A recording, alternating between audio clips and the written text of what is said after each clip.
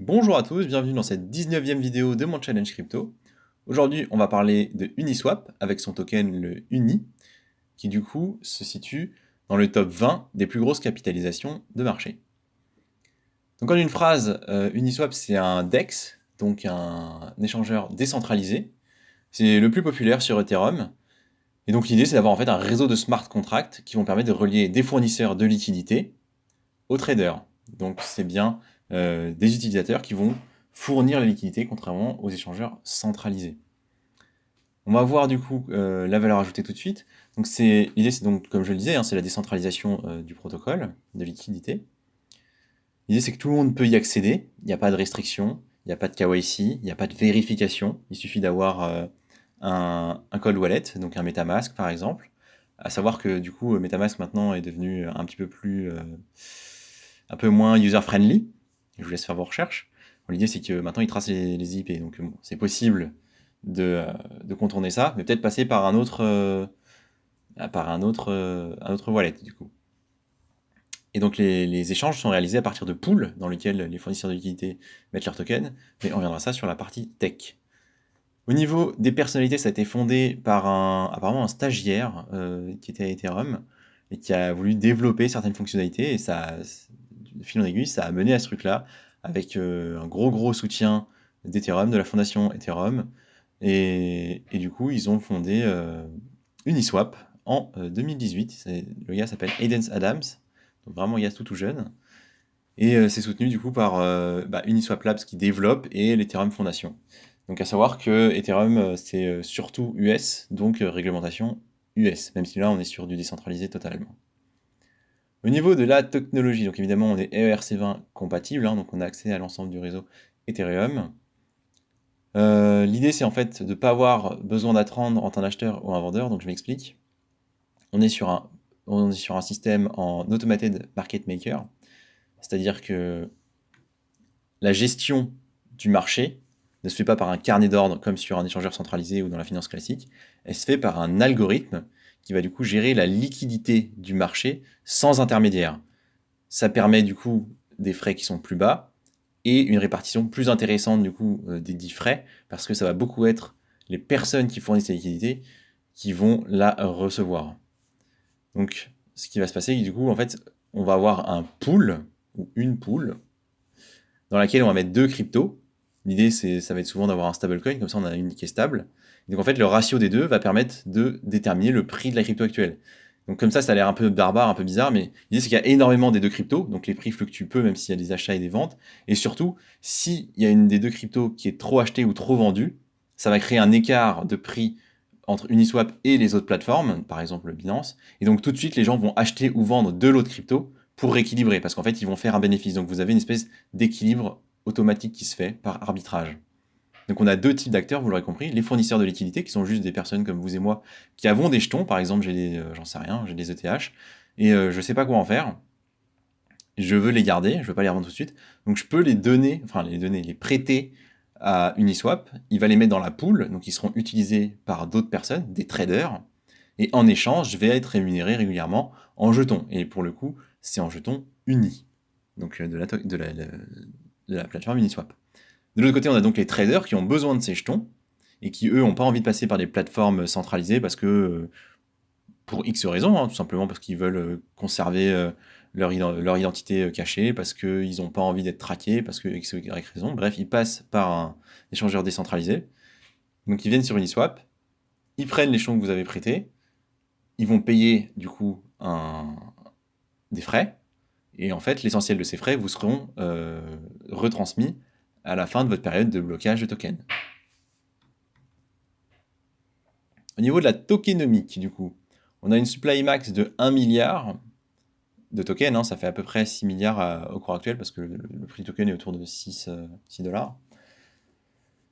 Sont émis 76%, c'est-à-dire les 3 quarts, donc ça c'est plutôt pas mal. À savoir que tant que tout n'est pas émis, il n'y a pas d'inflation, mais une fois que ce sera fait, il y aura une inflation de 2%. Donc on comprend que c'est pour payer du coup les frais, et on y reviendra, mais enfin on y reviendra, on va y aller tout de suite même, il y a beaucoup de stacking, a priori, la TVL est super élevée, elle représente 3 milliards et demi en dollars, donc là c'est presque, enfin, c'est plus de la moitié des tokens qui sont émis qui sont stackés. même largement plus en fait. Donc on comprend qu'il y a un rendement qui vient derrière ça et que sûrement l'inflation permettra aussi de payer ce rendement-là.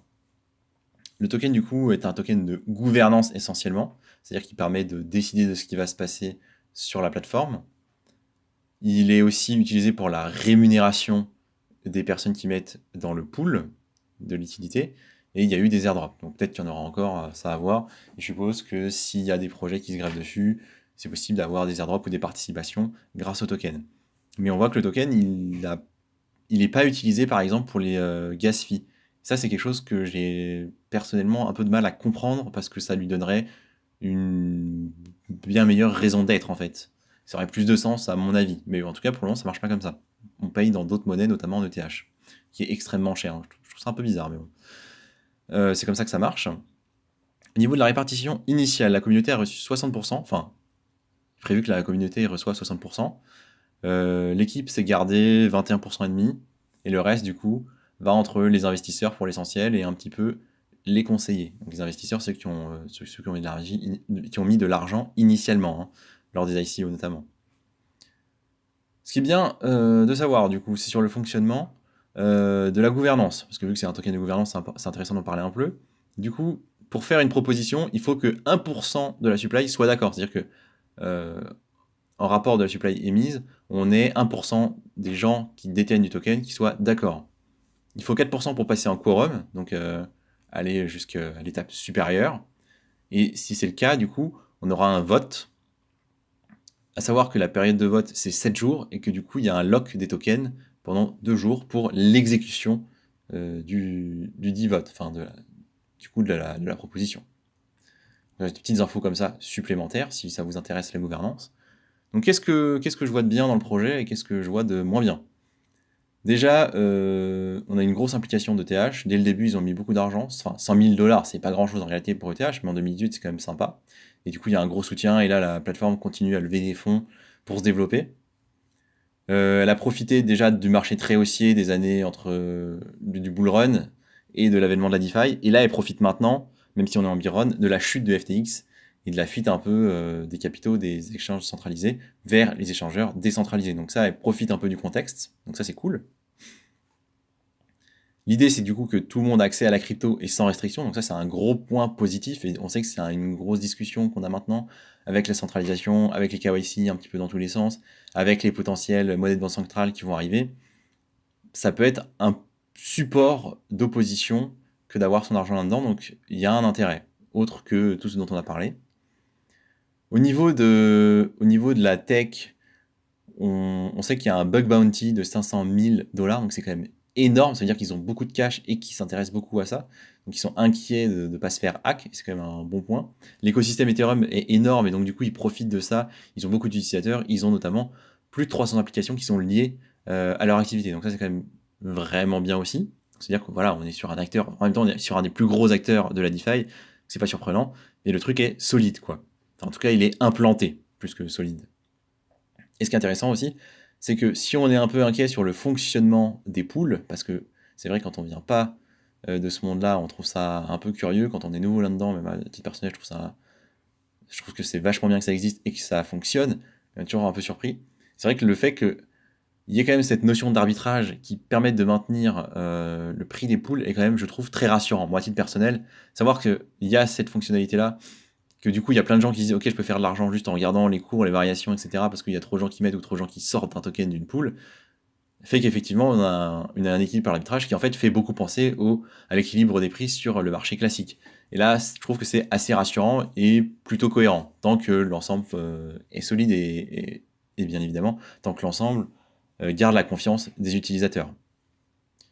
Il y a quand même des cas particuliers, donc je viens aux faiblesses, où la liquidité peut manquer. C'est-à-dire que si vraiment vous êtes sur des pools qui sont nouvelles, ou qui ont peu d'intérêt, ou qui, du coup, pour des raisons X ou Y, n'ont pas assez de liquidité, il peut y avoir des gros gaps, et là, vous pouvez potentiellement perdre de l'argent.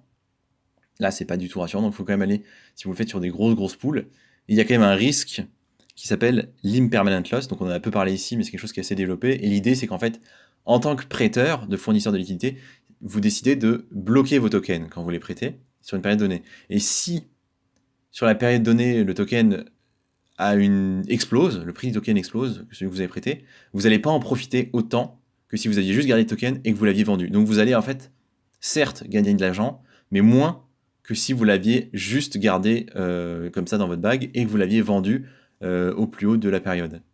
C'est ça l'impermanence essentiellement, c'est disons la perte que vous... Enfin, c'est le manque à gagner d'une certaine façon. Et donc ça c'est un point qui est quand même à prendre en compte. Autre point, c'est que vu qu'on est sur... Donc là on revient sur plus de la technique.